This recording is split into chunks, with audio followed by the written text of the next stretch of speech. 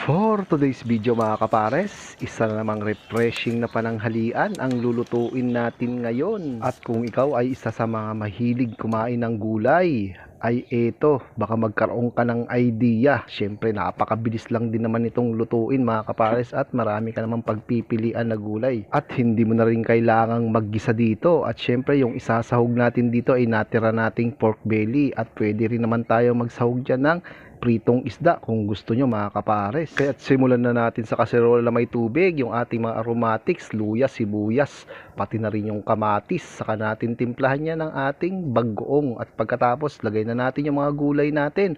Nandyan na rin yung ating kalabasa, yung sitaw, talong, sunod-sunod na yan mga kapares, pati na rin yung ating ampalaya. Meron pa tayo diyang sigarilyas, lagay na rin natin, sama-sama na yan. Kaya shoutout po sa ating mga mahilig magluto ng gulay, pati na rin yung okra, pati yung pork belly, yung ceiling green.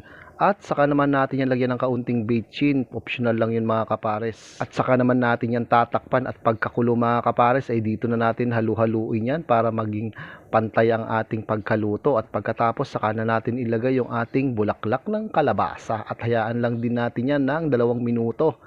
At pagkatapos nga mga yan mga kapares ay tignan nyo naman, refreshing na naman at ready to serve na to. Kaya ano pang hinihintay natin mga kapares, mangantayon.